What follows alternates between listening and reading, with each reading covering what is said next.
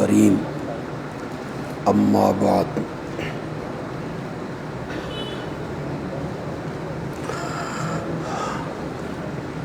کل کے سبق میں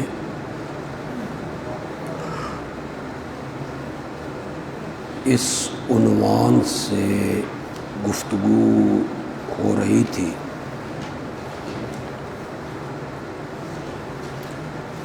کہ اللہ کے سوا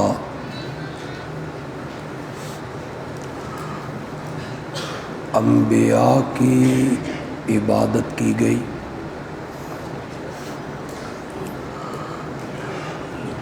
احبار اور رہبان انہیں اللہ کے سوا کارساز مانا گیا، فرشتوں اور جنات کی پوجا پاٹ ہوئی،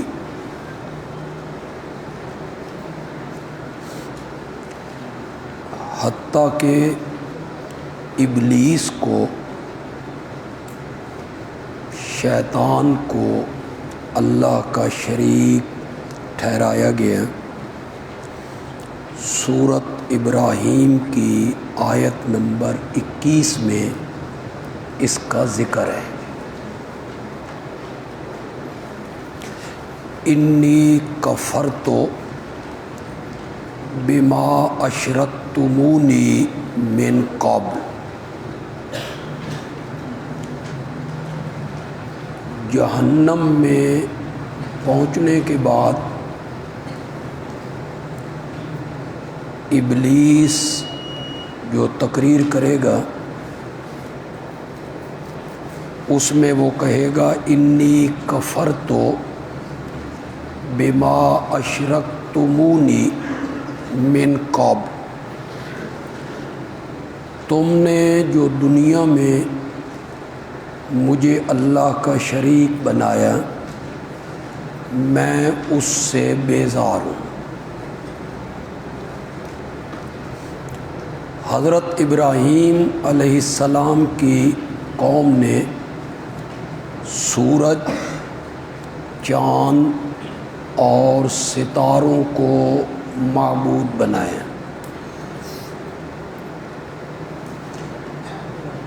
سورۃ انعام میں 9ویں رکوع میں اس کا تذکرہ آپ پڑھیں گے انشاءاللہ۔ قوم سبا، اس کا تذکرہ ہدہد نے دربار سلیمان میں کیا کہ یسجدون للشمس من دون اللہ، کہ وہ اللہ کے سوا سورج کا سجدہ کرتے ہیں۔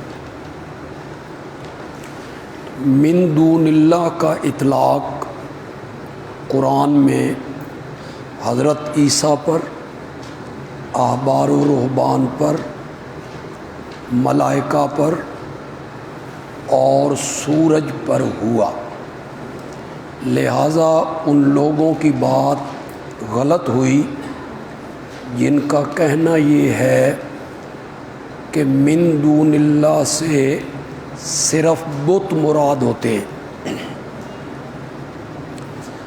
اور وہ اس لیے مشرک تھے کہ وہ بت پوجتے تھے، اور ہم نبیوں ولیوں کی قبروں پہ سجدے کرتے ہیں، نظر و نیاز دیتے ہیں، پکارتے ہیں، وہ آیتیں ہم پر فٹ نہیں ہوتی۔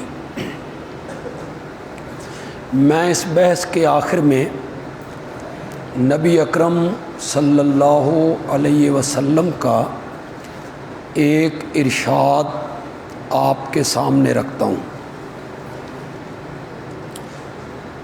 بخاری سے لے کے مشکات تک تمام حدیث کی کتب میں اس ارشاد کو نقل کیا گیا ہے۔ آپ نے فرمایا لعن اللہ الیہود والنصارى اتخذوا قبور انبیائہم مساجدہ۔ اللہ کی لعنت ہو یہودیوں پر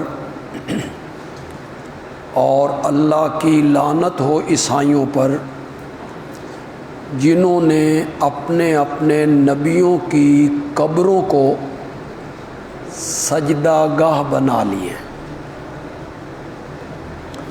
یا انہوں نے اپنے اپنے نبیوں کی قبروں کو مسجدیں بنا لیے، یعنی جو کام مسجد میں کرنے چاہیے تھے وہ سارے کام انہوں نے اپنے نبیوں کی قبروں پر کیے۔ کل میں نے بڑے درد دل سے توجہ دلائی تھی لوگوں کو کہ وہ ہمارے ان حوالہ جات پہ غور کریں۔ جن آیتوں کو ہم پیش کر رہے ہیں خدا کے لیے ان کو پڑھیں، جس عالم کا ترجمہ ان کے گھر میں ہے اسے دیکھیں، انہیں محسوس ہوگا کہ وہ صرف بت نہیں پوجتے تھے، حضرت عیسیٰ، احبار و رہبان، سورج چاند ستارے، ملائکہ اور جنات کو معبود بنایا گیا۔ آج پھر میں درد دل سے ان حضرات سے گزارش کروں گا کہ جو حدیث میں نے پیش کی ہے، آقا کا فرمان، اس کے متعلق وہ تحقیق کریں اپنے علماء سے کہ کیا واقعی یہ فرمان نبوی، واقعی اسے بخاری نے، مسلم نے، ترمذی نے، ابو داؤد نے، نسائی نے نقل کیا ہے؟ تحقیق کریں، پوچھیں اپنے علماء سے کہ آپ فرما رہے ہیں کہ یہودیوں نے اور عیسائیوں نے اپنے اپنے نبیوں کی قبروں کو سجدہ گاہ بنایا، اتخذوا قبور انبیائہم مساجد۔ آپ کے علماء نے اور آپ کے خطباء نے آپ کو یہ سمجھایا کہ وہ بت پوجتے تھے، من دون اللہ سے مراد بت ہوتے ہیں، بت نہیں سنتے، بت مالک نہیں، اور ہم تو پکارتے ہیں نبیوں ولیوں کو، تو وہ آیتیں ہم پر فٹ نہیں ہوتی۔ تو وہ خدا کے لیے غور کریں کہ آپ کے خطباء اور علماء اور واعظین، انہوں نے آپ کو پڑھایا کہ وہ بت پوجتے تھے، اور میں نے امام الانبیاء صلی اللہ علیہ وسلم کا واضح اور صریح ارشاد پیش کیا کہ وہ نبیوں کی قبروں پر سجدے کرتے تھے۔ تو یہ دونوں باتیں آپ کے سامنے آ گئی ہیں، جہاں جہاں تک میری آواز یہ پہنچ رہی ہے وہ لوگ اس پر غور کریں۔ یہ دونوں باتیں ان کے سامنے آ گئی ہیں، اب ان کی مرضی ہے کہ اپنے علماء کی ماننی ہے یا آمنہ کے لال کی ماننی، فیصلہ وہ خود کریں، فیصلہ میں آپ پر چھوڑ دیتا ہوں۔ آپ کے علماء کہتے ہیں کہ وہ بت پوجتے تھے، اور نبی اکرم صلی اللہ علیہ وسلم فرما رہے ہیں کہ وہ نبیوں کی قبروں پر سجدے کرتے تھے۔ کتنا واضح ارشاد ہے۔ میں ایک اور فرمان اپنے آقا کا پیش کر دیتا ہوں جی۔ آپ نے فرمایا اولئک اذا مات فیہم الرجل الصالح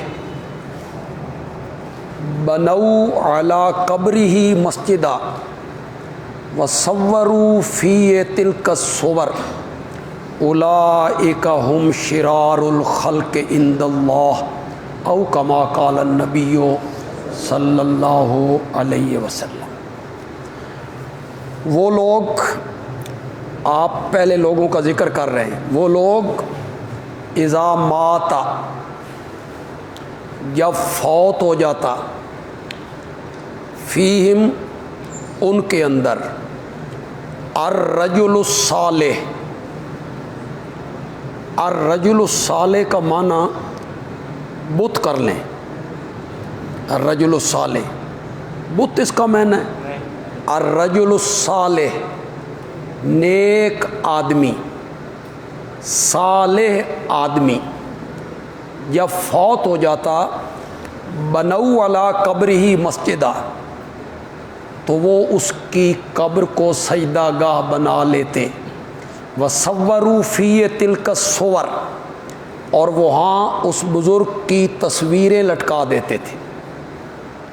یہ نبی اکرم صلی اللہ علیہ وسلم مشرکین کی حالت کا ذکر کر رہے ہیں۔ صوروا فیہ تلک الصور، وہاں اس بزرگ، اس رجل صالح کی تصویریں لٹکا دیا کرتے تھے۔ اولئک ہم شرار الخلق عند اللہ، اللہ کی پوری مخلوق میں سے بدتر لوگ یہی ہیں جو نیک لوگوں کی قبروں کو سجدہ گاہ بناتے ہیں۔ ایک تیسری حدیث وہ بھی آپ کے سامنے رکھ دیتا ہوں۔ آپ نے اپنے زندگی کے آخری لمحات میں امت کو نصیحت کی، لا تجعلوا قبری عیدا، میری قبر کو میلہ گاہ نہ بنانا۔ ایک نصیحت آپ نے امت کو کی، ایک دعا آپ نے رب کے حضور مانگی، اللہم لا تجعل قبری وثنا، اے اللہ میری قبر کو بت نہ بنانا۔ وثن اس کی جمع اوثان، تو وثن کس کو کہیں گے؟ بت۔ مولا میری قبر کو بت نہ بنانا۔ آپ تھوڑا سا ان لفظوں پہ غور کریں، قبر کو میری قبر کو یا اللہ بت نہ بنانا۔ یا رسول اللہ یہ قبر بھی بت بنتی ہے؟ قبر اور قبر آپ کی یہ بت بن جائے گی کہ آپ کو خطرہ ہو رہا ہے اور آپ دعائیں مانگ رہے ہیں کہ مولا میری قبر کو بت نہ بنانا؟ آپ نے فرمایا ہاں قبر بت بنتی ہے۔ کب؟ یعبد، جس کی پوجا پاٹ شروع ہو جائے۔ یعبد، ارضیاں لٹکنے لگے، طواف ہونے لگے، بکرے چھترے ذبح ہونے لگے، عرس اور قوالیاں ہونے لگے، وہاں پکارے ہونے لگے، لوگ جھکنے لگے، سجدہ کرنے لگے، طواف کرنے لگے۔ جس قبر کی پوجا پاٹ شروع ہو جائے وہ قبر کیا بن جاتی ہے؟ یہ میں نہیں کہہ رہا ہوں، مت کہ ہمیں آپ گالیاں نکالنا شروع کر دیں، جن لوگوں تک میری بات پہنچ رہی ہے اور کومنٹ میں وہ ہمیں گالیاں نکالیں۔ میں حدیث پیش کر رہا ہوں، آقا کا فرمان پیش کر رہا ہوں، اللہم لا تجعل قبری وثنا یعبد، میرے اللہ میری قبر کو بت نہ بنانا جس کی پوجا پاٹ شروع ہو جائے۔ تو ثابت ہوا کہ جس قبر کی پوجا پاٹ ہو، طواف ہوں، سجدے ہوں، نظریں ہوں، نیازیں ہوں، منتیں ہوں، عرضیاں لٹکائی جائیں، تو وہ قبر کیا بن جاتی ہے؟ بت۔ یہ میرے آقا نے کہا ہے کہ وہ قبر بت بن جاتی ہے، تو پھر ہمارے دوست ناراض نہ ہوا کریں، ہم بتوں والی ایتیں بت پرستوں ہی پر فٹ کرتے ہیں۔ جس قبر کی پوجا پاٹ شروع ہو جائے وہ قبر کیا ہوتی ہے؟ بت۔ آپ بت پرست ہیں، تو بتوں والی ایتیں آپ کہتے ہیں کہ ہم زیادتی کرتے ہیں، بتوں والی ایتیں آپ پر فٹ کرتے ہیں۔ ہم کوئی زیادتی نہیں کرتے، ہم بتوں والی ایتیں بت پرستوں ہی پر فٹ کرتے ہیں۔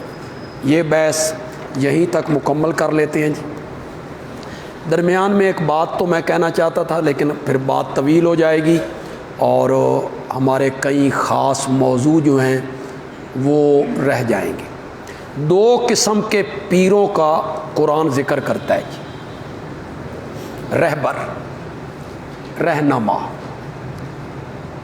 جنہیں پوجا گیا، جن کی پکار کی گئی، جن کے نام کی نظر و نیاز دی گئی۔ ایک گندے پیر،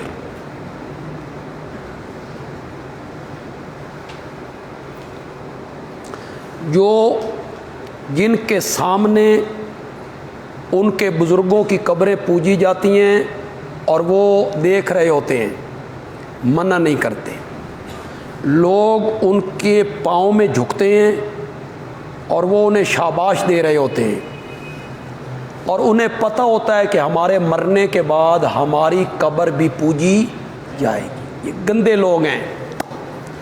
اس کا ذکر کیا سورۃ صافات آیت نمبر 22 میں۔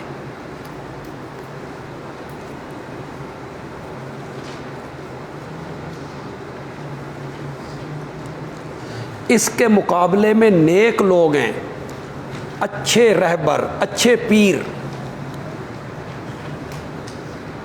انہیں بھی پکارا گیا، جیسے حضرت سیدنا علی کو، حضرت سیدنا حسین کو، شیخ عبد القادر جیلانی کو، حضرت علی حجویری کو، بایزید بستامی کو، معین الدین چشتی کو۔ تو یہ نیک لوگ تھے، انہوں نے ساری زندگی توحید کی دعوت دی، ان کی کتابیں بھی توحید سے لبریز ہیں۔ آپ غنیت الطالبین اٹھائیں، فتوح الغیب اٹھائیں، میرات الحقیقت اٹھائیں، حضرت علی اجویری کی کشف المحجوب اٹھائیں، انہیں پوجا گیا۔ اس کا ذکر ہوا سورۃ یونس کی آیت نمبر 28 میں۔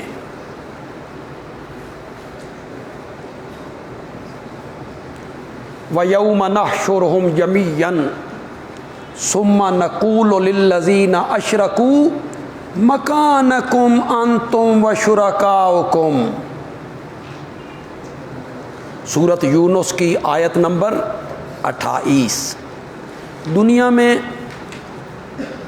تھا نا کہ یہ ہمیں چھڑا کے لے جائیں گے، بخشوا لیں گے، سفارش کریں گے، شفاعت کریں گے، ایک تصور تھا نا ذہن میں، تو یہ اس دن بھی ان کے پیچھے لگے ہوئے ہیں، حضرت علی کے پیچھے، حضرت حسین کے پیچھے، شیخ عبد القادر جیلانی کے پیچھے، بزرگوں کے پیچھے جا رہے ہیں، اور ان کو پیچھے سے آواز لگ رہی ہے، مکانکم، ٹھہر جاؤ تم بھی، وشرکاؤکم، اور تمہارے شریک بھی۔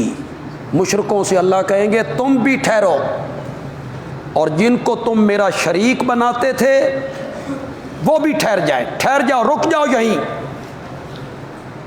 ایک منٹ کے لیے آپ انصاف سے فیصلہ کریں، یہ میدان معاشر میں بت چل کے جا رہے ہیں، بت جا رہے ہیں، ان بتوں کے پیچھے مشرک لگے ہوئے، اور اللہ پیچھے ان مشرکوں کو کہہ رہا ہے تم بھی ٹھہر جاؤ، اور یہ تمہارے معبود جو بت ہیں نا یہ بھی ٹھہر جائیں۔ مانتی ہے عقل اس بات کو؟ یہ بت چلے جا رہے ہیں جن کو اللہ پیچھے سے آواز لگا رہا ہے۔ خوف الہی ختم ہو جائے، اذا فات الحیاء ففعل ما شئت، بے حیا باش ہرچے خائی کن۔ تو بندے میں حیا نہ رہے تو پھر بڑی آسانی سے بندہ کہہ دیتا ہے کہ وہ بتوں کے پجاری تھے۔ اور وہ بتوں کی پوجا پاٹ کیا کرتے تھے۔ ٹھہرو تم بھی اور تمہارے شریک بھی، میں تواڈے نال کچھ گلاں کرنیاں نے، رک جاؤ۔ فزیلنا بینہم اے فرقنا بینہم، اللہ انہیں دو لینوں میں تقسیم کر دیں گے، مشرک الگ اور وہ نیک بزرگ جن کو پکارا گیا وہ الگ۔ وہ سمجھ جائیں گے کہ کوئی مسئلہ بن گیا ہے۔ فزیلنا بینہم وقال شرکاؤہم، اور ان کے شریک کہیں گے ما کنتم ایانا تعبدون، تم نے ہماری پوجا پاٹ نہیں کی۔ یہ بت کہیں گے، بت بولیں گے، اور بت ان مشرکوں کو کہیں گے کہ تم نے ہماری پوجا پاٹ نہیں کی۔ اور آگے وہ کہیں گے فکفا باللہ شہیدن بیننا و بینکم ان کننا عن عبادتکم لغافلین، ہمارے اور تمہارے درمیان اللہ گواہ کافی ہے، ہم تمہاری پوجا پاٹ سے بے خبر تھے، ہمیں کوئی پتہ نہیں ہماری قبر پہ کون آیا کون نہیں آیا، کس نے نیاز دی کس نے نہیں دی، کس نے عرضی لٹکائی کس نے نہیں لٹکائی، کون جھکا کون نہیں جھکا، کس نے بکرا چھترا ذبح کیا کس نے بکرا چھترا ذبح نہیں کیا، ہمیں تمہاری پوجا پاٹ کا کوئی علم نہیں۔ آئیے جی، ہم مبادی بیان کر چکے جی، اب ہم مسئلہ الہ کو شروع کرنے لگے ہیں جی۔ اس سے پہلے آپ ایک بات ذہن میں رکھیں اور آپ اس کا جواب دیں، آپ آسانی سے جواب دے لیں گے انشاءاللہ۔ عام لوگ تو اس کا جواب نہیں دے سکتے، لیکن آپ اہل علم ہیں، آپ جواب دیں گے۔ میرے پیارے پیغمبر نے پہلے دن کوہ صفا پہ قوم کو جمع کیا، اپنی صداقت کی سند لی، اور اس کے بعد اللہ کا پیغام 4 حرفوں میں پہنچایا، قولو لا الہ الا اللہ، یہ پیغام ہے، لا الہ الا اللہ۔ یہ جو پیغام ہے اس میں کہیں ہے کہ 360 بت جو تم نے بیت اللہ میں رکھے ہوئے ہیں ان کے سجدے نہ کرو؟ ذرا میری بات کو غور سے سننا ہے آپ۔ لا الہ الا اللہ، اس میں کہیں ہے کہ حضرت ابراہیم تمہاری پکارے نہیں سنتے، لات منات عزا حبل کے نام کی نظر و نیاز نہ دو، وہ عالم الغیب نہیں ہیں، وہ مختار کل نہیں ہیں، تمہارا نفع نقصان ان کے اختیار میں نہیں ہے، ان کے آگے مت سجدے کیا کرو، مت جھکا کرو، ان کے ہاتھ میں کچھ نہیں ہے۔ کوئی ذکر ہے اس میں لا الہ؟ کوئی ذکر نہیں۔ میرا نبی ان کے معبودوں کا نام نہیں لیتا، میرا نبی یہ نہیں کہتا کہ وہ تمہاری پکارے نہیں سنتے، ان کے سجدے نہ کرو، تمہارا نفع نقصان ان کے ہاتھ میں نہیں ہے، وہ مختار کل نہیں، وہ عالم الغیب نہیں۔ میرا نبی ان کے معبودوں کا نام تک نہیں لیتا، ذکر نہیں کرتا۔ نتیجہ کیا نکلتا ہے؟ پتھروں کی بارش، میرے نبی خون میں نہا گئے، نتیجہ کیا نکلتا ہے؟ انت کذاب، انت شاعر، انت مجنون۔ جو بکواس ان کے منہ میں تھا، جو گالی ان کے دے سکتے تھے، انہوں نے دے دی گالی میرے نبی کو۔ راستے میں کانٹے، گلے میں رسیاں، پھبتیاں، مذاق، قتل کی تدبیریں، مشورے۔ اس کی وجہ کیا بنی؟ میرا نبی ان کے معبودوں کا نام نہیں لیتا، میرا نبی یہ نہیں کہتا کہ وہ نہیں سنتے، وہ سجدے کے لائق نہیں ہیں، وہ متصرف نہیں ہیں، مختار نہیں ہیں، مالک نہیں ہیں، ان کے نام کی نظر و نیاز نہ دو، وہ اس کے حقدار نہیں ہیں۔ میرا نبی نام نہیں لیتا ان چیزوں کا، پھر انہیں تکلیف کیوں ہوئی؟ سیخ پا کیوں ہو گئے؟ آپے سے باہر ہو گئے؟ کیا سپرٹ بھری ہوئی تھی ان جملوں میں؟ لا الہ الا۔ آپ نے تو نہیں کہا تھا کہ حضرت ابراہیم تمہاری پکارے نہیں سنتے، وہ عالم الغیب نہیں ہے، مختار کل نہیں ہے؟ پھر انہیں تکلیف کیوں ہوئی؟ سیخ پاک کیوں ہوئے؟ جل گئے، آگ لگ گئی تن بدن میں۔ بیٹا باپ کے مقابلے میں آ گیا، سکا بھائی سکے بھائی کے مقابلے میں آ گیا، ماموں بھانجے کے مقابلے میں آ گیا، چچا بھتیجے کے مقابلے میں آ گیا، گھر گھر ڈانگ سوٹا، فساد، لڑائی۔ کیا تھا؟ لا الہ الا۔ اس میں تو کوئی ذکر نہیں ہے، قطعاً ذکر نہیں ہے کہ وہ عالم الغیب نہیں ہے، مختار کل نہیں ہے، مشکل کشا نہیں ہے۔ پھر تکلیف کیوں ہوئی؟ تکلیف اس لیے ہوئی کہ وہ عربی دان تھے، عربی ان کی مادری زبان تھی، وہ الہ کا معنی جانتے تھے، الہ کا مفہوم جانتے تھے، وہ جانتے تھے الہ کون ہوتا ہے، وہ جانتے تھے الہ میں کون سی صفتیں پائی جاتی ہیں۔ انہوں نے دیکھا آگے الہ ہے، پیچھے لا ہے، اللہ کے ساتھ بچا ہے تو صرف اللہ بچا ہے۔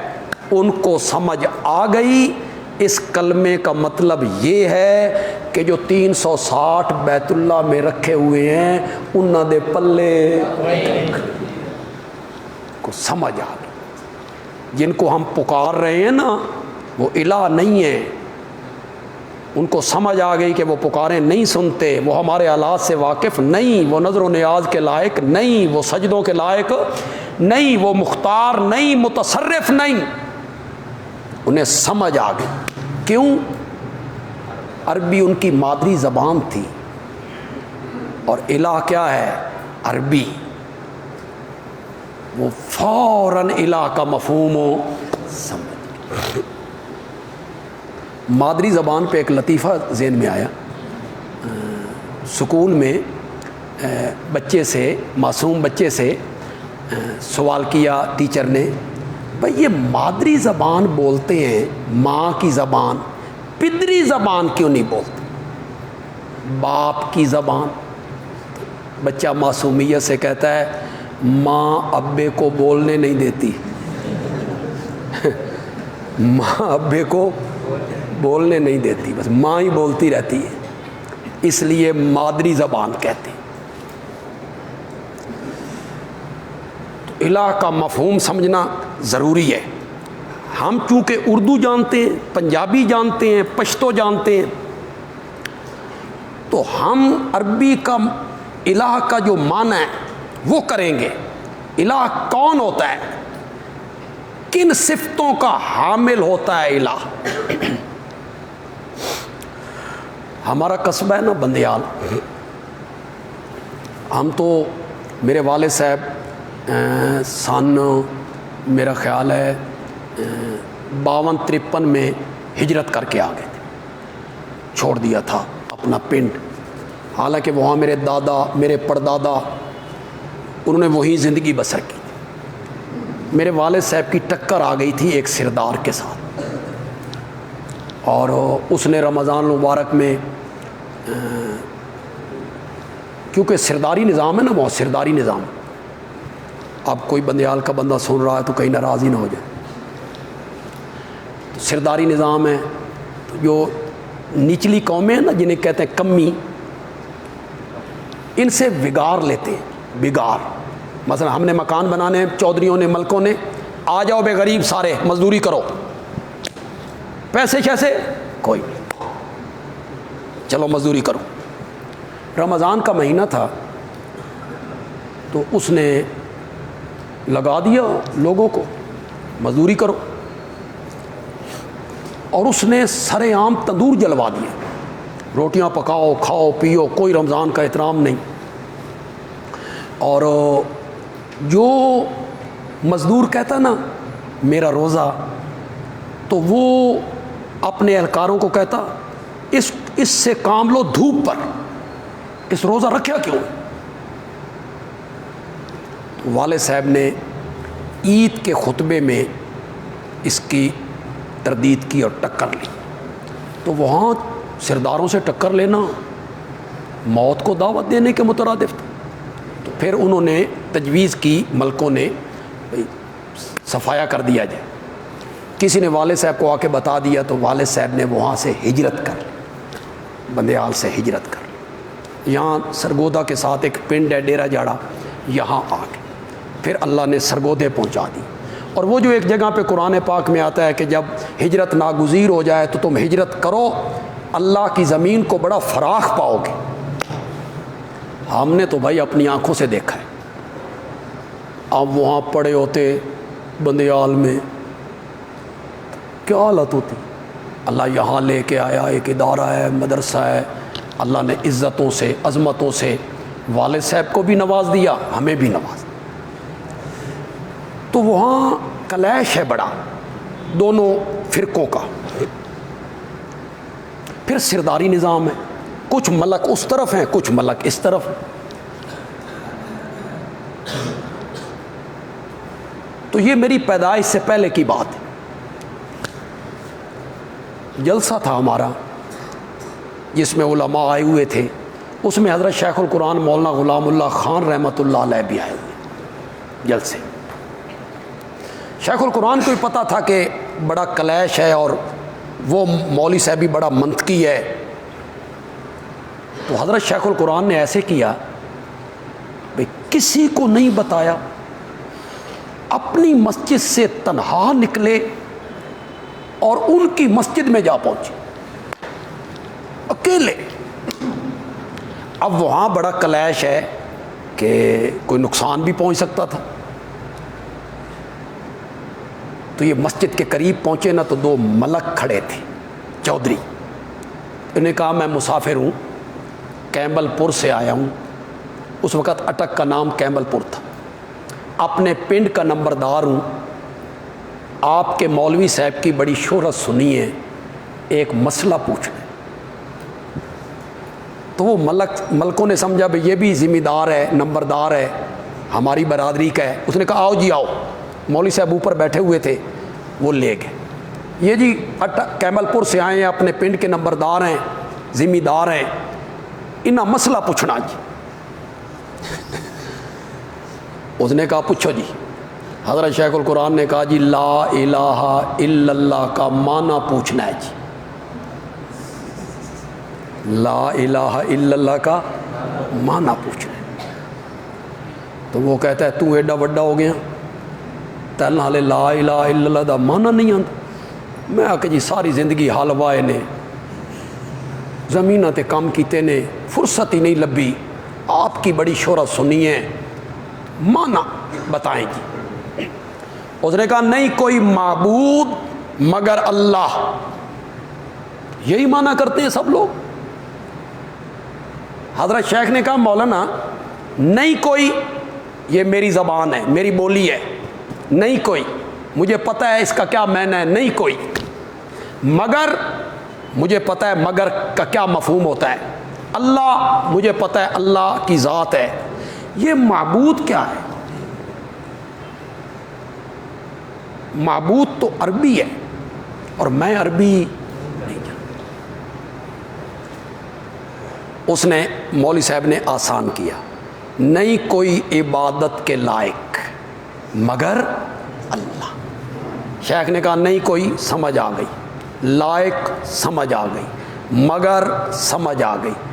مولانا یہ عبادت کیا ہے؟ یہ تو پنجابی کا لفظ نہیں ہے, میں کیا جانوں عبادت کسے کہتے ہیں. اس نے کہا نہیں کوئی پوجا کے لائق. تیسرا معنی لوگ کرتے ہیں, نہیں کوئی پوجا کے لائق. شیخ نے کہا نہیں کوئی مگر لائق, سب مجھے سمجھ آ گئی ہے. یہ پوجا کی ہے, یہ تو ہندی ہے, میں ہندی نہیں جانتا. اب مولوی صاحب کو کچھ سمجھ آ گئی بھئی یہ نیرا نمبردار نہیں, یہ یملہ بنے ہوا.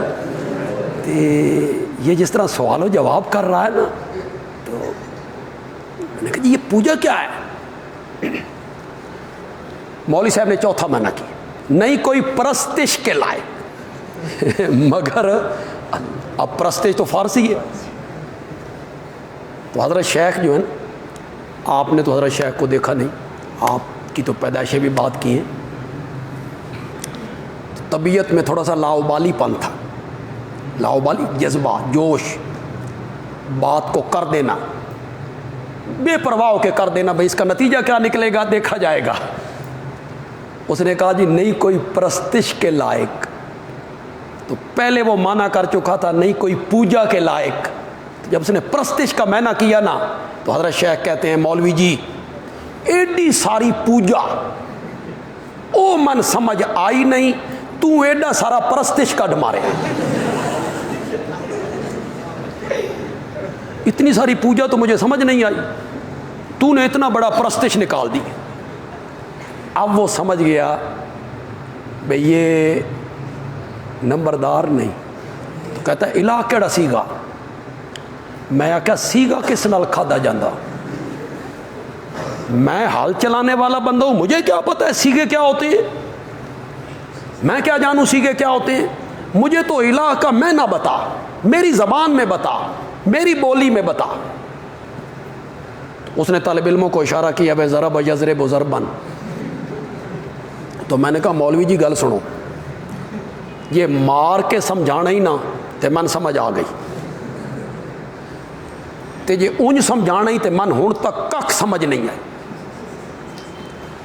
والد صاحب کو پتہ چلا، ادھر اپنے ملک بھیجے جو ہمارے سردار لوگ تھے، یہ گئے بڑی مشکل سے، وہاں لڑائی شروع ہونے والی تھی، حضرت شیخ اکیلے وہ سارے اکٹھے، بڑی مشکل سے حضرت شیخ کو نکال کے وہ ملک لے آئے. تو والد صاحب تھوڑے سے ناراض ہوئے کہ کوئی نقصان ہو جاتا، آپ کو کوئی نقصان پہنچتا تو ہماری کتنی بےزتی ہو جانی تھی. تو والد صاحب نے کہا کچھ فائدہ ہوا جان دا؟ کیا فائدہ ہوا؟ آپ جو اکیلے چلے گئے تو فائدہ کیا ہوا؟ تو حضرت شیخ القرآن کہتے ہیں مولانا دو ملکاں دے پیراں تلوں میں زمین کڈ آیا ہی، دو ملکاں دے پیراں تلوں میں زمین کڈ آیا ہی. میں نکل رہا تھا اور وہ ملک مولوی صاحب کو کہہ رہے تھے بے کچھ شک سانوی پہ گیا کہ الہ کا معنی ہماری زبان میں سمجھایا جائے، ہماری بولی میں الہ کون ہوتا ہے. تو چونکہ وہ عربی دان تھے، عربی ان کی مادری زبان تھی، وہ الہ کا معنی مفہوم جانتے تھے، سمجھتے تھے الہ میں کتنی صفتیں ہوتی ہیں، کن صفتوں کا حامل الہ کہلاتا ہے، وہ جانتے تھے. اس لیے لا الہ الا اللہ ان سے برداشت نہ ہو سکا. ہم اردو جانتے ہیں، پنجابی جانتے ہیں، پشتو جانتے ہیں، ہم لا الہ الا اللہ بھی پڑھتے رہتے ہیں، قبروں پہ سجدے بھی کرتے رہتے ہیں. لا الہ الا اللہ بھی پڑھتے رہتے ہیں، یا پیر مدد، یا رسول اللہ المدد، یا علی مدد نعرے بھی لگاتے رہتے ہیں. ہم لا الہ الا اللہ بھی پڑھتے رہتے ہیں، غیر اللہ کے نام کی نظریں، نیازیں، منتیں، چڑھاوے چڑھاتے رہتے ہیں. ہم لا الہ الا اللہ بھی پڑھتے رہتے ہیں، اللہ کے سوا انبیاء اولیاء کو عالم الغیب، مختار کل، متصرف فی الامور ہم سمجھتے رہتے ہیں. اور کہا جائے کہ یہ کیا کرتے ہو تو وہ کہتے ہیں ہم کوئی غیر اللہ کی عبادت کر رہے ہیں، ہم کوئی غیر اللہ کی عبادت کر رہے ہیں. الہ تو ہم اللہ کو مانتے ہیں، ہم کوئی انہیں الہ کہہ رہے ہیں. ایسا کیوں ہوتا ہے؟ ایسا اس لیے ہوتا ہے کہ انہیں الہ کے معنی اور مفہوم کا علم نہیں. میں بڑا آسان لفظوں میں سمجھاؤں گا، میں بالکل اسے علمی اس طرف نہیں جاؤں گا، اگرچہ تھوڑا سا مجھے جانا پڑے گا، لیکن میں آپ کو آسان لفظوں میں سمجھا دوں گا انشاءاللہ. آپ بس اسے لکھیں نہ بھی صحیح تو آپ کے ذہن میں بیٹھ جائے گی بات. الہ کے لیے دو صفتیں صفتوں کا ہونا ضروری ہے.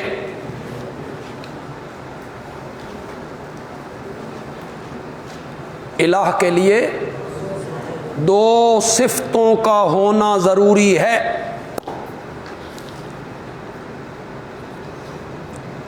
یہ 2 صفتیں صرف الہ میں پائی جاتی ہیں.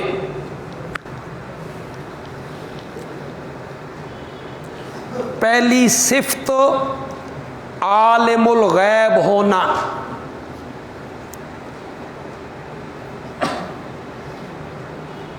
دوسری صفت مختار کل ہونا. مختار کل کو آپ پھیلا بھی سکتے ہیں، مالک، مختار، متصرف، قادر، نفع نقصان کا مالک، عزت ذلت دینے والا.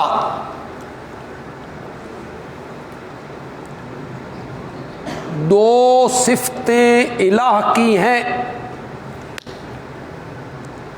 عالم الغیب ہونا اور مختار کل ہونا، متصرف فی الامور ہونا، نفع نقصان کا مالک ہونا. یہ 2 صفتیں صرف اور صرف الہ کی ہیں. جس میں یہ 2 صفتیں مان لی جائیں یا 2 میں سے کوئی ایک صفت جس میں مان لی جائے اسے کیا تسلیم کر لیا؟ الہ. الہ چاہے زبان سے کہے یا نہ کہے. یہ کہتے ہیں نا کہ ہم کوئی انہیں الہ کہتے ہیں.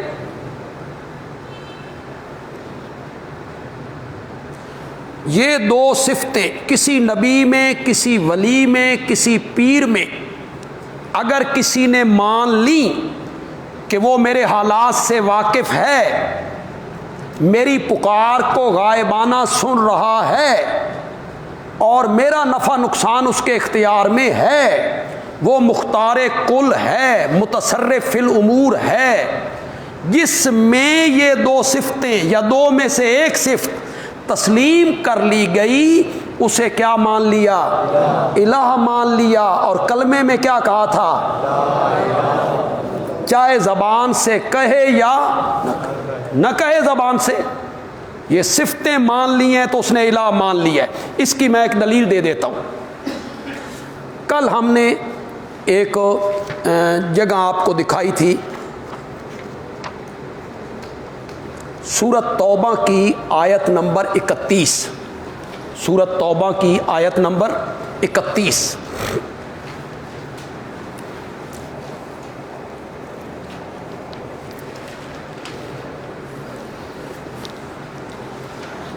یہ جو کہتے ہیں نا ہم کوئی انہیں الہ کہتے ہیں، ہم تو انہیں الہ نہیں کہتے، ہم نے کوئی انہیں الہ مانتے ہیں. آپ نہ کہیں. الہ والی صفت جب آپ نے مان لی تو آپ نے اسے کیا مان لیا؟ الہ مان لیا. سورۃ توبہ اس کی آیت نمبر 31 کیا ہے جی؟ اتخذوا احبارہم ورہبانہم اربابا من دون اللہ. عیسائیوں نے بنا لیا اپنے علماء کو اور انہوں نے بنا لیا اپنے پیروں کو اربابن رب. انہوں نے اپنے مولویوں کو رب بنایا، انہوں نے اپنے پیروں کو رب بنایا. من دون اللہ، اللہ کے انہوں نے اپنے مولویوں اور پیروں کو رب بنایا. عدی ابن حاتم، حاتم تائی کا بیٹا عدی رضی اللہ تعالی عنہ، یہ عیسائی مذہب چھوڑ کے آیا تھا،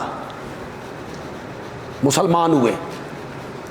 انہوں نے یہ آیت پڑھی کہ عیسائیوں نے اپنے مولویوں اور پیروں کو رب بنا لیا، اس کے پاؤں تلے سے زمین نکل گئی. یہ میرے آقا کی خدمت میں آئے. اس نے کہا یا رسول اللہ، یہ قرآن کیا کہہ رہا ہے؟ کہ عیسائیوں نے اپنے مولویوں اور پیروں کو رب بنا لیا. میں خود عیسائی رہا ہوں، ہم نے تو اپنے مولویوں اور پیروں کو کبھی رب نہیں مانا. ہم نے تو انہیں کبھی رب نہیں بنایا، نہ رب کہا ہے انہیں، نہ مانا ہے. تو یہ قرآن کیا کہتا ہے؟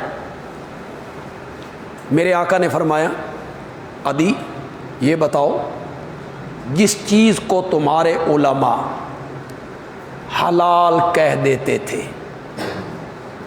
بغیر دلیل کے اسے حلال مان لیتے تھے؟ اس نے کہا جی بالکل. اور جس چیز کو تمہارے پیر اور عالم حرام کہہ دیتے تھے بغیر دلیل کے اسے حرام مان لیتے تھے؟ اس نے کہا جی بالکل.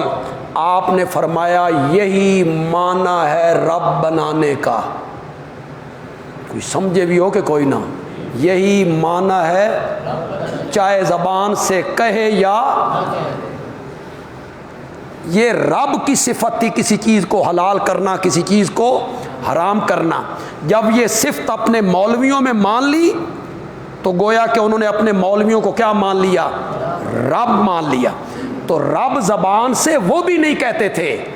یہ جو ہمارے دوست کہتے ہیں نا ہم کوئی انہیں الہ مانتے ہیں، ہم تو انہیں الہ نہیں مانتے، ہم تو الہ صرف اللہ کو مانتے ہیں. میں کہوں گا دو صفتیں صرف الہ کی ہیں. ہم قرآن پاک سے اس کا ثبوت پیش کریں گے، باقاعدہ اس کی تائید پیش کریں گے، دلائل دیں گے اس کے انشاءاللہ. دو صفتیں الہ کی ہیں، عالم الغیب ہونا اور مختار کل ہونا. یہ صرف الہ میں پائی جاتی ہیں. جس میں یہ دو صفتیں مان لی جائیں اسے کیا مان لیا؟ الہ مان لیا، چاہے زبان سے کہے یا. اب میں آپ کو ایک اور طریقے سے سمجھانا چاہتا ہوں. الہ کا معنی ہم نے کیا معبود، یہی معنی ہوتا ہے نا، نہیں کوئی معبود مگر اللہ. معبود کون ہے؟ جس کی عبادت کی جائے. معبود کون ہوتا ہے؟ جس کی عبادت کی جائے. عبادت کیا ہے؟ عبادت کی تعریف سمجھ آ گئی، انشاءاللہ معبود سمجھ آ جائے گا. معبود سمجھ آ گیا تو الہ سمجھ ہے، کیونکہ الہ کا معنی ہم نے کیا کیا؟ معبود. اور معبود کون ہوتا ہے؟ جس کی کیا کی جائے؟ عبادت. عبادت کیا ہے؟ عبادت کسے کہتے ہیں؟ لوگ کہتے ہیں نماز یہ عبادت ہے، روزہ عبادت ہے، حج عبادت ہے، زکوٰۃ عبادت، طواف عبادت ہے، قربانی عبادت. یہ عبادت نہیں ہے، یہ عبادت کی اقسام ہیں. یہ عبادت کی کیا ہیں؟ قسمیں ہیں، قسمیں. یہ جزیات ہیں، جزیات. عبادت ایک کلی ہے جس کے نیچے یہ بے شمار جزیات ہیں. حجر اسود کا چومنا عبادت، احرام کے کپڑوں کا تبدیل کرنا، احرام باندھنا عبادت، سجدہ عبادت، عورت کا عدت میں بیٹھنا عبادت. عبادت کی بے شمار اقسام ہیں. نماز، روزہ، حج، زکوٰۃ، قیام، رکوع، قومہ، جلسہ، سجدہ، طواف.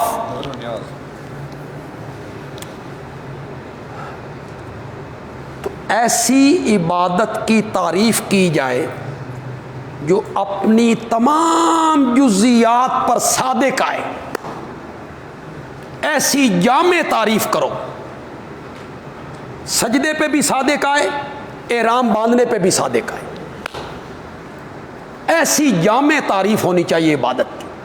انتہائی تذلل، انتہائی تخشع، یہ لوگوں نے تعریفیں کی ہیں. انتہائی تذلل، انتہائی عاجزی، انتہائی خشوع، انتہائی خضوع. میں نے کہا واہ، جس قسم کی عاجزی اور تذلل سجدے میں پایا جاتا ہے احرام میں وہی تذلل پایا جاتا ہے. ایسی تعریف کرو نا جو اپنی تمام جزیات اور تمام اقسام پہ صادق آ جائے. سجدے کرنے پر بھی، احرام باندھنے پر بھی، حجر اسود کو چومنے پر بھی، شیطان کو کنکریاں مارنے پر بھی، ہر ایک قسم پر وہ صادق ہے، ایسی تعریف کرو۔ یہ تعریف کی علامہ ابن قیم رحمۃ اللہ علیہ، حضرت صاحب نے اسے پسند کی اور بالکل یہ قرآن کی منشا کے مطابق ہے۔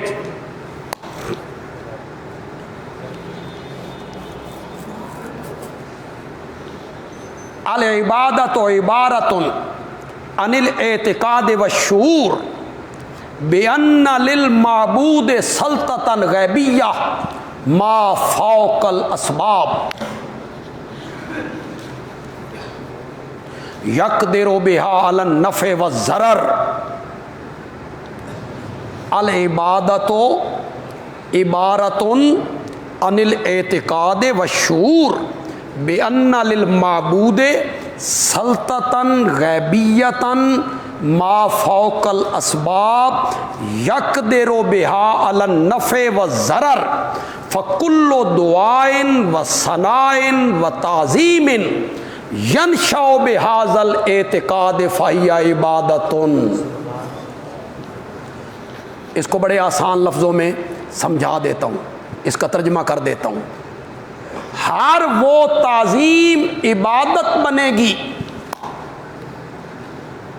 ہر وہ عمل، ہر وہ کام، ہر وہ فعل، ہر وہ تعظیم عبادت بنے گی جس تعظیم کو کرتے ہوئے دو نظریے ذہن میں ہوں، دو عقیدوں کے ساتھ، دو نظریوں کے ساتھ آپ جو تعظیم کریں گے، عمل کریں گے، کام کریں گے، وہ دو عقیدے اس کام کو کیا بنا دیں گے؟ عبادت بنا دیں گے، وہ نظریہ عبادت بنائیں گے۔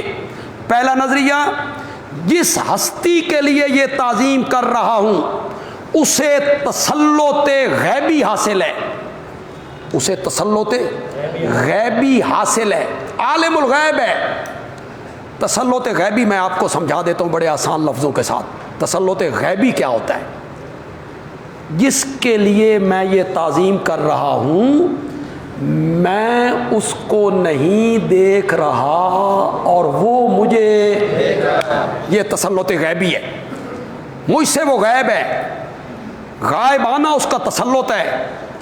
جس کے لیے یہ کام کر رہا ہوں، جس ہستی کے لیے، اسے تسلط غیبی حاصل ہے، عالم الغیب ہے، میرے حالات سے واقف ہے۔ یقدر بها علی النفع والضرر، اور وہ نفع پہنچانے پر اور نقصان پہنچانے پر کیا ہے؟ قادر۔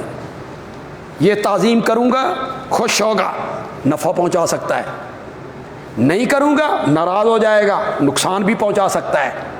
یقدر علی النفع والضرر فکل دعاء وثناء وتعظیم، ہر پکار، ہر تعظیم، ہر ثنا جو ان دو عقیدوں کے ساتھ کی جائے گی، یہ دو عقیدے اس کام کو کیا بنا دیں گے؟ اللہ کرے آپ کو سمجھ آ گئی۔ نماز میں ہاتھ باندھنا عبادت ہے، تو صرف ہاتھ باندھنا عبادت ہے؟ جب نماز ختم ہو جائے، آپ مسجد سے باہر نکلیں، مدرسہ جاتے ہوئے نا سارے رستے میں ہاتھ باندھ کے چلے جائیں، وہاں بھی ہاتھ باندھ کے یوں کھڑے ہو جائیں آپ، وہ ہاتھ باندھنا عبادت بنے گا؟ تو ہمیں بھی سمجھاؤ نا، یہاں ہاتھ باندھنا عبادت بنتا ہے، وہاں میں ہاتھ باندھتا ہوں تو عبادت نہیں بنتا۔ آپ اپنی والدہ کے سامنے کھڑے ہو گئے، آپ اپنے والد صاحب کے سامنے کھڑے ہو گئے، والد صاحب بیٹھے ہیں، والدہ بیٹھی ہیں، استاد سامنے بیٹھے ہیں، آپ ان کے سامنے یوں کھڑے ہو گئے، عبادت بنے گی؟ کھڑے تو آپ ہوئے، ہاتھ بھی آپ نے یوں کر لیے، عبادت بنے گی؟ اور نماز میں باندھے ہیں تو فرق کیا ہے؟ جب باپ کے سامنے باندھے، ماں کے سامنے باندھے، استاد کے سامنے باندھے، اس وقت ہاتھ باندھنے میں وہ نظریے ذہن میں نہیں تھے، وہ سامنے بیٹھے ہوئے تھے، انہیں نفع نقصان کا مالک وہ نہیں سمجھ رہا ہے۔ اور جب نماز میں ہاتھ باندھے ہیں تو اس کا عقیدہ یہ ہے جس ہستی کے سامنے ہاتھ باندھ کے کھڑا ہوں وہ مجھے دیکھ رہا ہے اور میں اس کو نہیں دیکھ رہا۔ اس عقیدے نے ہاتھ باندھنے کو کیا بنا دیا؟ یہ کہتے ہیں ہم کوئی غیر اللہ کی عبادت کرتے ہیں۔ جب جمعہ ختم ہو جاتا ہے، سنتیں پڑھ لیتے ہیں، نفل پڑھ لیتے ہیں، تو ہمارے دوست ایک مرتبہ پھر کھڑے ہو جاتے ہیں، اب بھی ہاتھ باندھے ہوئے ہیں، اب بھی ہاتھ باندھے ہوئے ہیں۔ اب کیا ہو رہا ہے؟ سلام پڑھا جا رہا ہے۔ عقیدہ کیا ہے؟ نبی پاک حاضر ناظر ہیں، مجھے دیکھ رہے ہیں، میں آپ کو نہیں دیکھ رہا۔ میرے بھائی اسی عقیدے نے نماز میں ہاتھ باندھنے کو کیا بنایا تھا؟ عبادت بنایا تھا۔ کس کی؟ اللہ کی۔ اس نظریے کے ساتھ آپ نے نبی پاک کے سامنے ہاتھ باندھے تو یہ ہاتھ باندھنا نبی پاک کی کیا بنے گی؟ عبادت۔ اور آپ نے کلمے میں پڑھ رکھا ہے لا الہ کہ اللہ کے سوا کوئی عبادت کے لائق نہیں۔ حجر اسود کو چومنا عبادت، بیٹے کو چومنا کیوں عبادت نہیں؟ بندہ بیٹے کو چوم لیتا ہے، آپ کا چھوٹا بھائی ہے، معصوم ہے، آپ نے اس کو بوسہ دے دیا، آپ نے ماں کے سر پہ بوسہ دے دیا، وہ عبادت بنے گا؟ معلوم ہو صرف بوسے لینے کا نام عبادت نہیں ہے، ورنہ تو پھر بچے کو چومتے تو اس کی عبادت بن جاتا، ماں کو چومتے تو اس کی عبادت بن جاتا۔ اور یہ تو ہمارے دوست اعتراض بھی کرتے ہیں کہ ہمیں مزاروں اور قبروں اور چوکٹوں کو چومنے سے تم منع کرتے ہو، تسا نہیں چوم دے۔ بس میں نے ذرا مخفی رکھ دیے، میں نے ظاہر نہیں کی، میں نے وہاں بچے کا کہہ دیے، ورنہ وہ تو کچھ اور کہتے ہیں۔ تم نہیں چومتے ہو، وہ عبادت نہیں بنتا۔ ہم مزاروں کو چومتے ہیں تو وہ عبادت بنتا ہے۔ میں نے کہا میرے بھائی صرف چومنا عبادت نہیں ہے، اس کے پیچھے ایک نظریہ ہے، وہ نظریہ اس چومنے کو عبادت بناتا ہے۔ جب حجر اسود پہ لب رکھے تو نظریہ یہ تھا کہ جو رب مجھے میرے علاقے اور وطن میں دیکھتا تھا وہ میرا رب مجھے یہاں بھی دیکھ رہا ہے، میں اس کی خوشنودی کے لیے چوم رہا ہوں، خوش ہوگا، نفع پہنچائے گا، تو یہ چومنا عبادت بن گیا۔ بچے کو چومتے ہیں، ماں کو چوم لیا، اس وقت یہ نظریہ ذہن میں ہوتا ہے؟ نہیں ہوتا۔ اور جب آپ مزار کو چومتے ہیں اور چوکھٹ کو چومتے ہیں اس وقت بھی آپ کا نظریہ یہ ہوتا ہے کہ صاحب مزار میری حالت کو چوموں گا تو خوش ہوگا۔ اسی نظریے نے چومنے کو کیا بنایا تھا؟ عبادت بنایا۔ اب آپ کو سمجھ آ گئی؟ عبادت جو ہے ہر وہ عمل، ہر وہ کام، ہر وہ تعظیم عبادت بنے گی جس کے پیچھے کتنے عقیدے ہوں گے؟ اسی نے اللہ اکبر، سجدے کو بھی عبادت اسی نے بنایا۔ اور رمضان میں نہ کھانے اور نہ پینے کو بھی عبادت اسی نے بنایا۔ تمام اقسام پہ صادق آ رہی ہے یہ تعریف، نہ کھانے پر نہ پینے پر۔ دیکھیں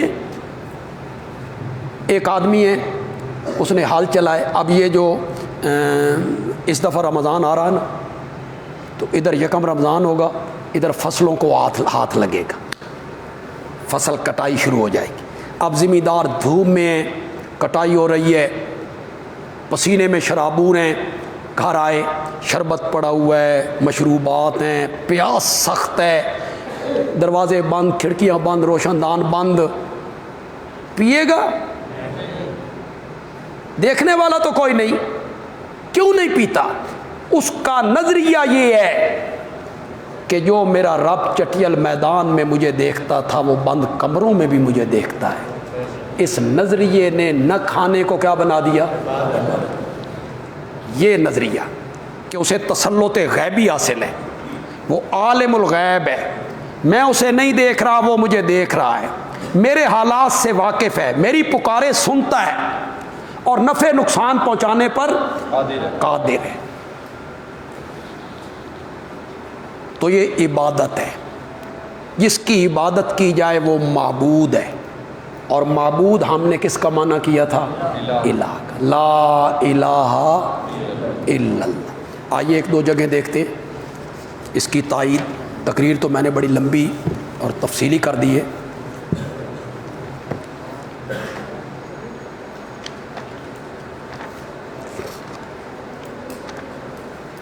صفحہ نمبر ہے 335. 335.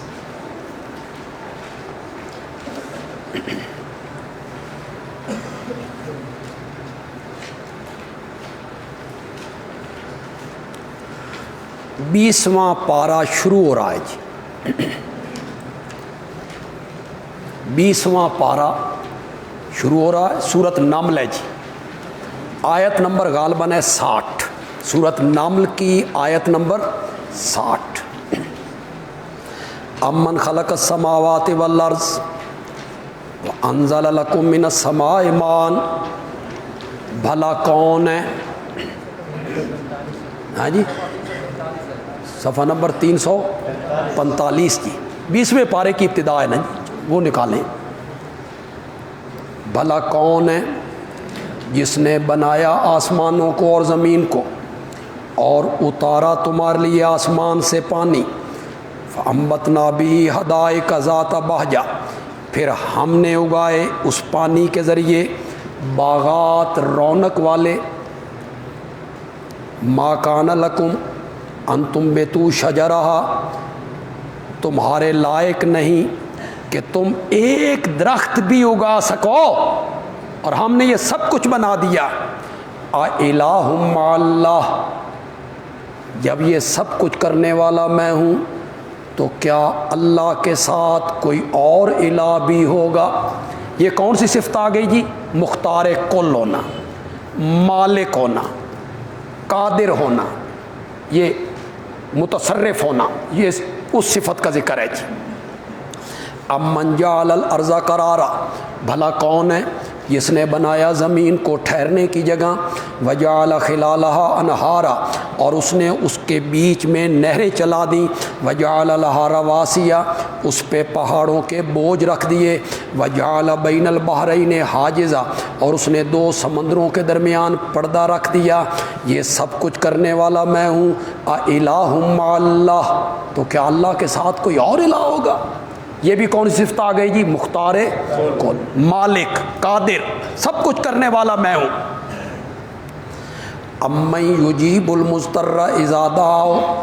بھلا کون ہے جو لاچار کی پکاریں سن کے اس کو جواب دیتا ہے. وَيَكْشِفُ السُّوءَ. اور تکلیف کو ہٹا دیتا ہے. وَيَجْعَلُكُمْ خُلَفَاءَ الْأَرْضِ. اور اس نے زمین میں تمہیں ایک دوسرے کا نائب بنا دیا. غائبانہ پکاریں سننے والا, مجبور اور لاچار کی پکاریں سن کر اس کے دکھ دور کرنے والا میں ہوں. اِلٰہٌ مع اللہ. تو کیا اللہ کے ساتھ کوئی اور الہ ہوگا؟ امن یہدیکم فی ظلمات البر والبحر ومن یرسل الریاح بشرا بین یدی رحمتی. اِلٰہٌ مع اللہ.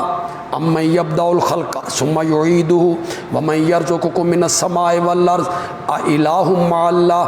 قل ہاتوا برہانکم ان کنتم صادقین.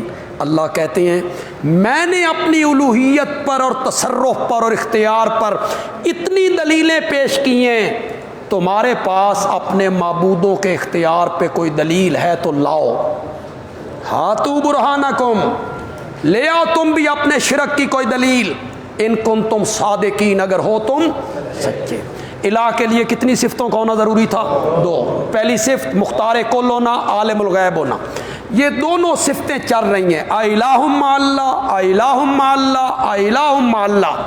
پہلی 4 5 6 اپنی صفتوں کا ذکر کیا. متصرف میں ہوں, خالق میں ہوں, مالک میں ہوں, قادر میں ہوں, قدیر میں ہوں, پکارے سننے والا میں ہوں. اب آگے کیا کہتے ہیں؟ قُلْ لَا يَعْلَمُ مَنْ فِي السَّمَاوَاتِ وَالْأَرْضِ الْغَيْبَ إِلَّا اللَّهُ.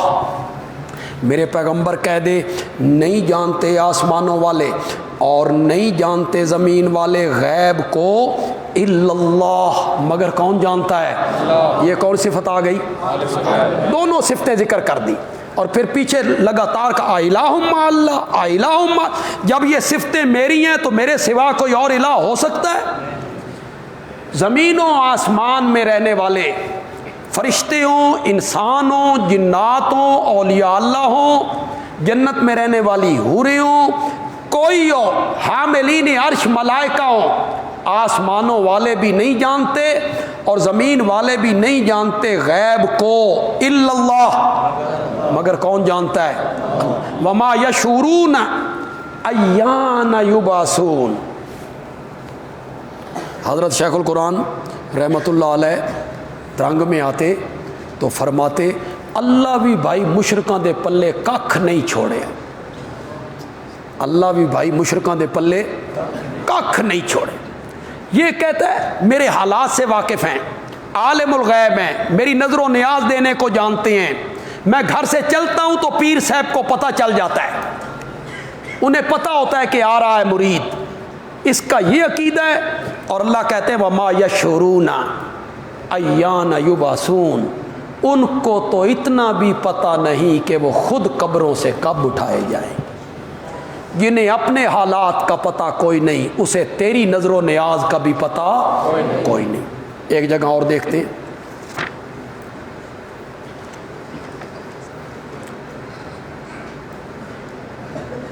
یہ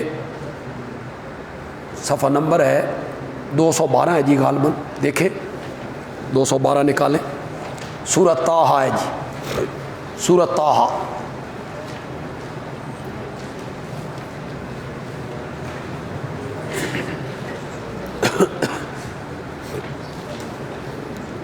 سورۃ طٰہٰ 282 جی، صفحہ نمبر 282۔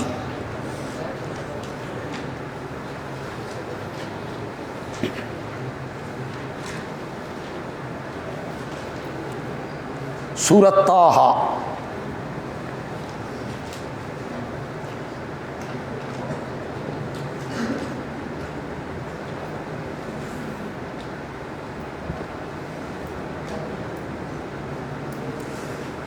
آیت نمبر 6، سورۃ طٰہٰ کی آیت نمبر 6 جی۔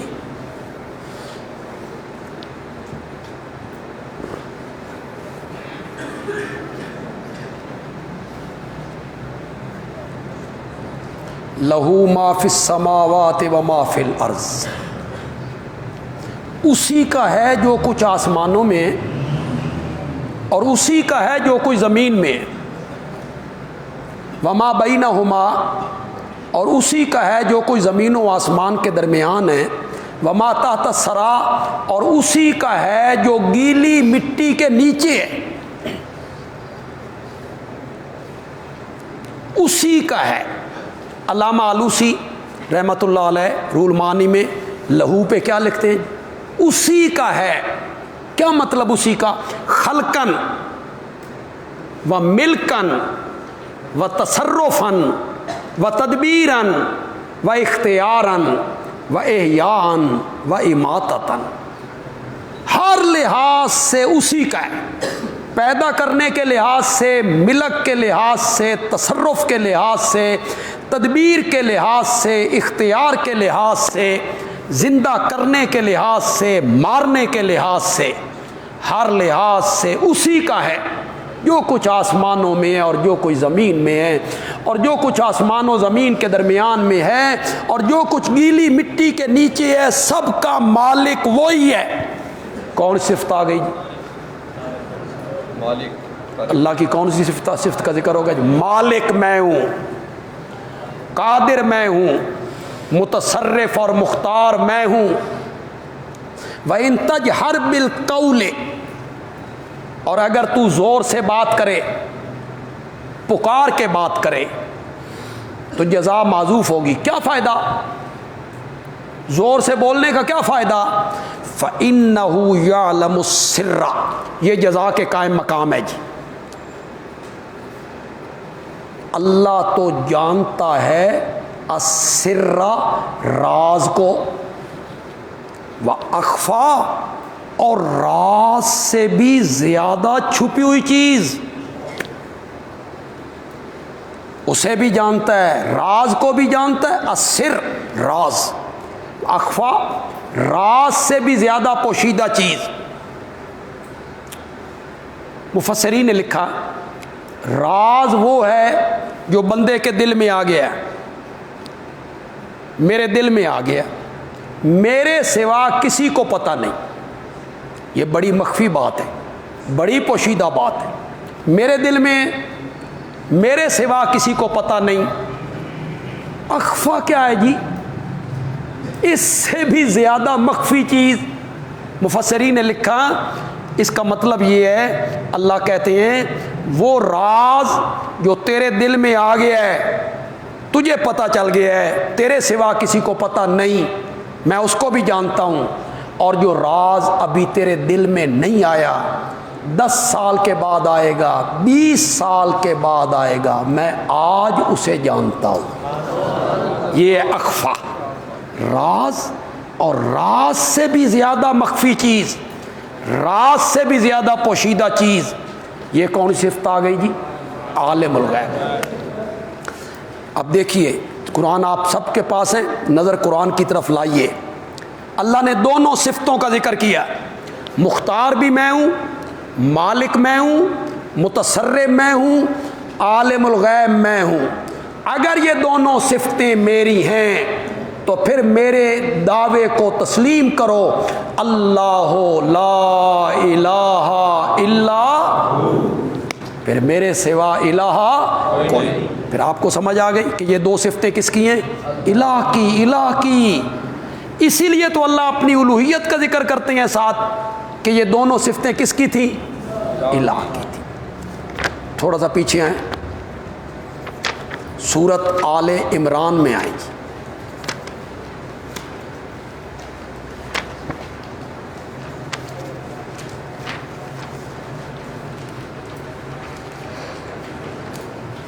صفحہ نمبر ہے 46۔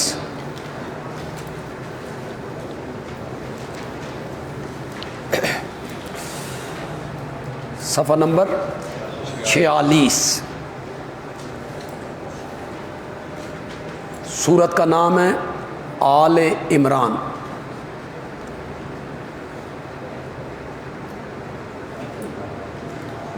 اور سورت آل عمران کی آیت نمبر ہے 5۔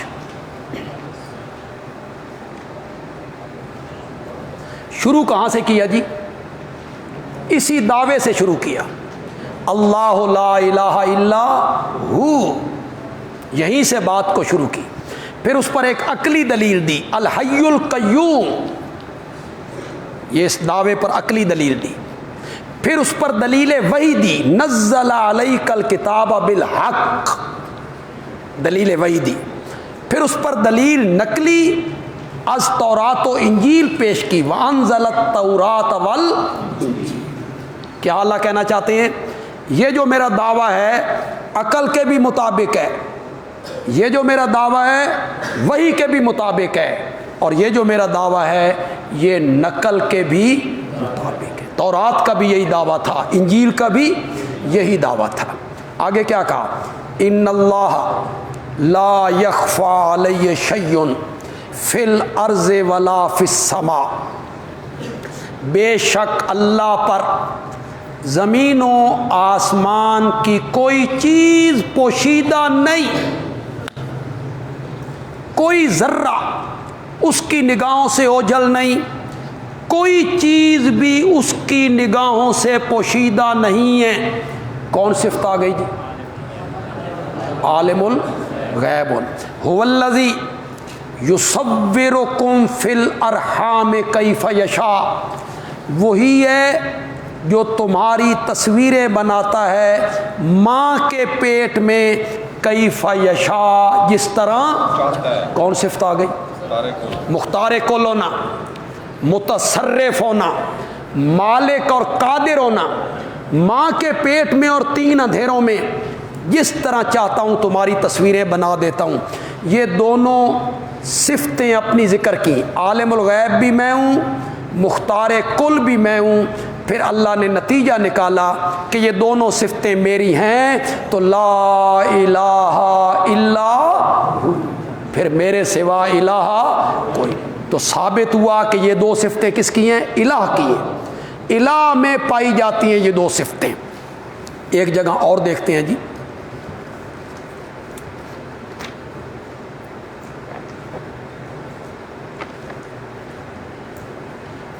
سورۃ قصص نکالیں جی ذرا.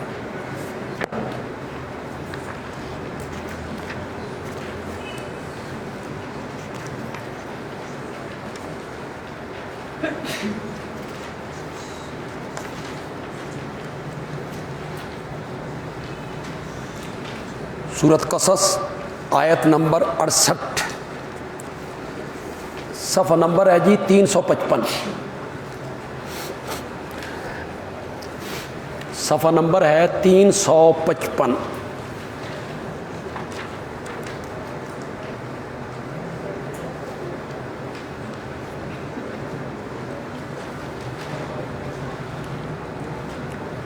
بیسواں پارہ ہے اور سورت کا نام ہے سورۃ القصص. ہمارے پاس جو قرآن ہے ان کا صفحہ 355 ہے جی، اور آیت نمبر ہے جی 68. وَرَبُّكَ يَخْلُقُ مَا يَشَاءُ وَيَخْتَارُ، تیرا رب پیدا کرتا ہے جو چاہتا ہے اور مختار ہے. مَا كَانَ لَهُمُ الْخِيَارَةُ، جن کو وہ پکار رہے ہیں ان کو کوئی اختیار حاصل نہیں. ہر چیز کو پیدا کرنے والا جس طرح چاہے پیدا کرے، مختار ہے، اختیار سارے اس کے پاس ہیں. کون صفت آ گئی جی؟ مختار کل ہونا، متصرف ہونا. جس طرح چاہوں کروں، جس طرح چاہوں بناؤں، جس طرح چاہوں اپنا اختیار استعمال کروں. آگے کیا کہا؟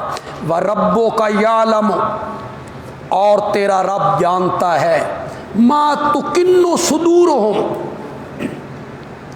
جو کچھ ان کے سینے چھپاتے ہیں انہیں اللہ جانتا ہے. وما یعلنون، اور جو کچھ وہ ظاہر کرتے ہیں اسے بھی اللہ جانتا ہے. یہ کون صفت آ گئی؟ عالم الغیب ہونا. سینوں کے اندر جو باتیں چھپی ہوئی ہیں انہیں بھی جانتا ہے، اور جو کچھ وہ ظاہر کر دیتے ہیں، بولتے ہیں، اسے بھی جانتا ہے. یہ دونوں صفتیں ذکر کرنے کے بعد اللہ نے ثمرہ اور نتیجہ نکالا.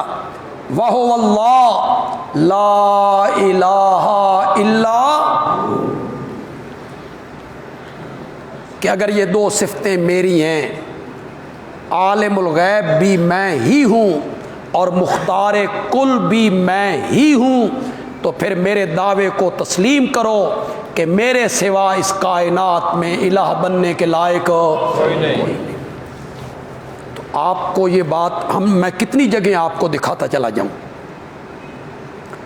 ایک جگہ، اگرچہ وقت تو ہمارے پاس بڑا کم رہ گیا ہے کہ میں وہ جگہ اگر نکالوں تو شاید ہم پوری طرح اس جگہ کو دیکھ نہ سکیں، اور میں چاہتا ہوں کہ اسے ذرا تفصیل کے ساتھ آپ کے سامنے اس جگہ کو رکھوں.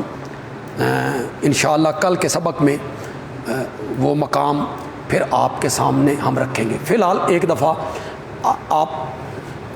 اب آپ کے ذہن میں الہ کا مفہوم، عبادت کی تعریف آپ کے ذہن میں بیٹھ گئی، سمجھ آپ کو آ گئی ہے عبادت کسے کہتے ہیں، اور یہ بھی آپ کو سمجھ آ گئی ہے کہ یہ 2 صفتیں جو ہیں یہ کس کی ہیں؟ الہ کی ہیں. عالم الغیب ہونا اور مختار کل ہونا، یہ دونوں صفتیں الہ کی ہیں. جس میں یہ مان لی جائیں اسے کیا مان لیا؟ الہ مان. چاہے زبان سے کہے یا نہ کہے زبان سے. جیسے یہ ہمارے دوست کہتے ہیں کہ ہم کو انہیں الہ بناتے ہیں، ہم کو انہیں الہ مانتے ہیں۔ جب آپ یہ کہتے ہیں کہ وہ ہمارے حالات سے واقف ہیں، وہ عالم الغیب ہیں، ہماری نظر و نیاز دینے سے واقف ہیں، ہم ان کی قبر پہ آتے ہیں تو انہیں پتہ ہوتا ہے ہمارے آنے کا، تو یہ صفت عالم الغیب ہونا، یہ صفت کس کی ہے؟ الہ کی۔ جب آپ نے اپنے پیر میں، بزرگ میں یہ صفت مان لی تو آپ نے اسے کیا مان لیا؟ الہ۔ یہ جو ہم نے آخری حوالہ پیش کیا، ما تکن صدورہم، اس کو کئی جگہوں پہ قرآن نے ذکر کیا، وَهُوَ عَلِيمٌ بِذَاتِ الصُّدُورِ، اِنَّ اللَّهَ عَلِيمٌ بِذَاتِ الصُّدُورِ، کئی جگہوں پہ ذکر کیا۔ لیکن آج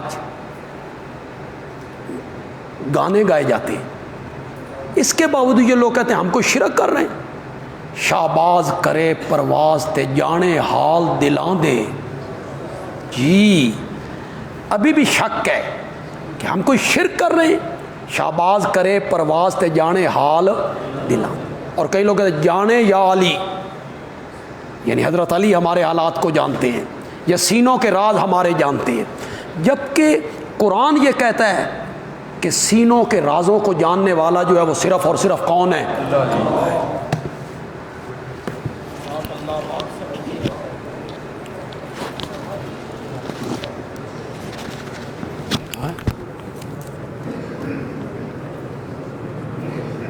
علامہ ابن قیم نے جو تعریف کی ہے وہ ضرور آپ نے لکھنی ہے، انشاءاللہ کل کے سبق میں اس ذرا آہستہ بول کے آپ کو لکھوا دیں گے، ورنہ جواہر القرآن میں لکھی ہوئی، جواہر القرآن میں یہ تعریف لکھی ہوئی ہے۔ ہم ٹھیک ہیں یا اہل حدیث ٹھیک ہیں؟ ہم ٹھیک ہیں کہ ہم ہی ٹھیک ہیں، اور حنفیوں کا جو مسلک ہے وہ عین قرآن و سنت کے مطابق ہے، امام اعظم کا جو مسلک ہے